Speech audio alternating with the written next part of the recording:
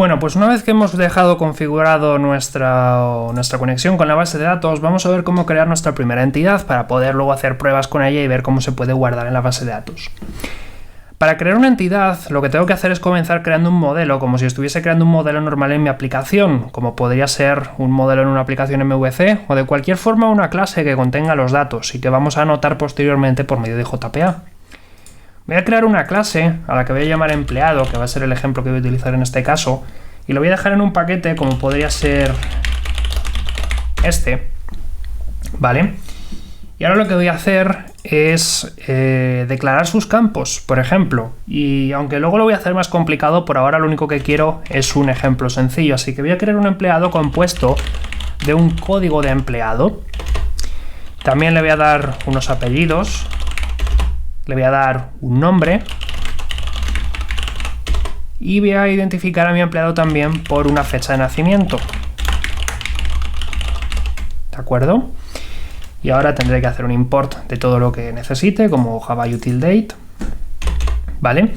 Y bueno, Hibernate de todos modos y JPA en general, y luego también los drivers, tienen sus propios mecanismos para convertir estas clases de Java con elementos comunes como números, cadenas de caracteres, fechas, en clases propias de nuestro modelo. Por ejemplo, sabe cómo trabajar con arrays de bytes o con arrays, y sabe más o menos convertirlo a partir del dialecto que le hemos dicho precisamente en la configuración. A pesar de que ciertas cosas como las listas y las colecciones y luego las redacciones uno a varios y varios a varios y todo eso lo tendremos que ver cómo hacer por nosotros mediante más anotaciones, pero en un principio todas estas cosas las sabe más o menos controlar él.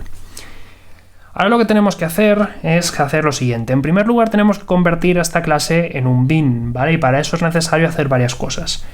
Punto número 1, crear un constructor vacío, ¿de acuerdo? Que este lo va a necesitar Hibernate porque luego para poder crear los campos y poder crear los registros y todo eso, pues él necesita un constructor vacío para funcionar correctamente. Pero yo por comodidad también lo que voy a hacer es crear mis propios constructores, como por ejemplo un constructor utilizando estos 4 campos, ¿vale? O bueno, si me lo pones ordenado hasta te lo agradecería bien. Vale, quitando el super.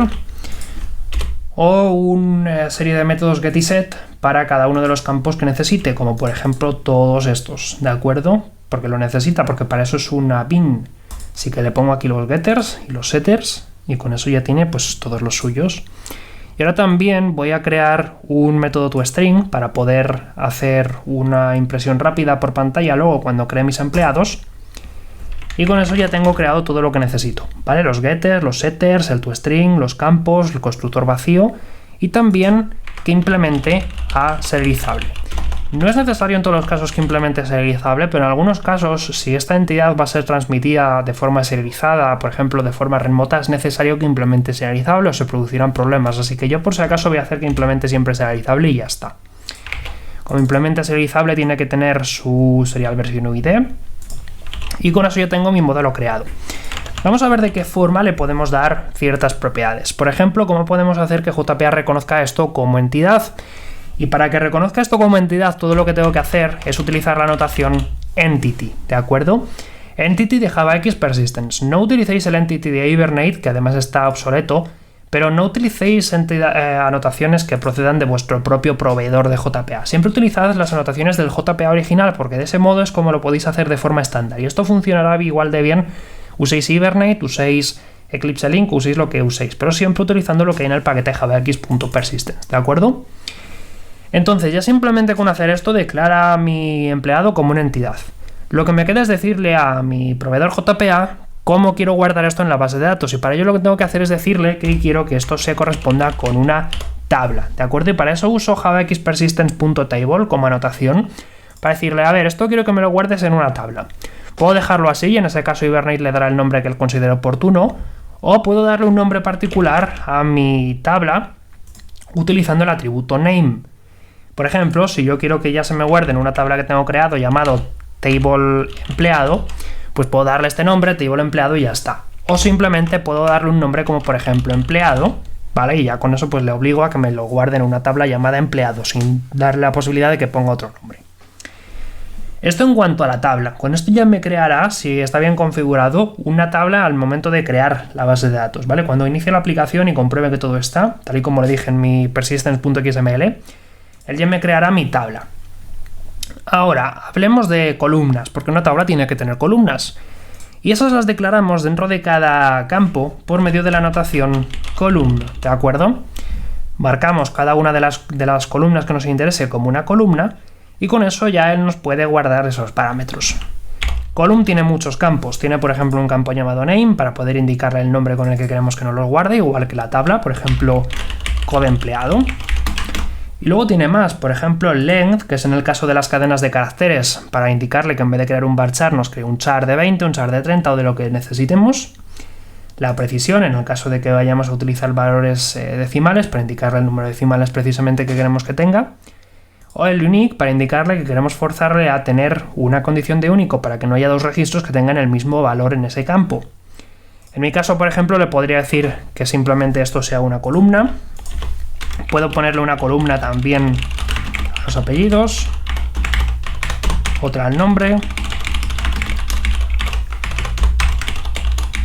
y otra a la fecha de nacimiento.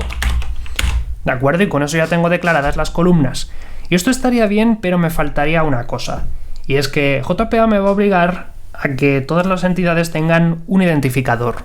Y para eso tengo que poner en mi campo identificador, que en este caso va a ser el código porque es el único para cada uno, una notación más llamada ID, ¿de acuerdo? ID es una notación que no tiene parámetros en este caso, que sirve para indicarle a JPA que este va a ser el identificador y que por lo tanto cualquier empleado va a estar identificado por un long. Y esto es importante porque luego cuando utilicemos las claves primarias para acceder a registros particulares vamos a tener que utilizarlo, ¿vale? Así que es importante declarar un ID y de hecho es muy probable que se queje, vamos, como que se va a quejar si intentamos crear una entidad sin un identificador.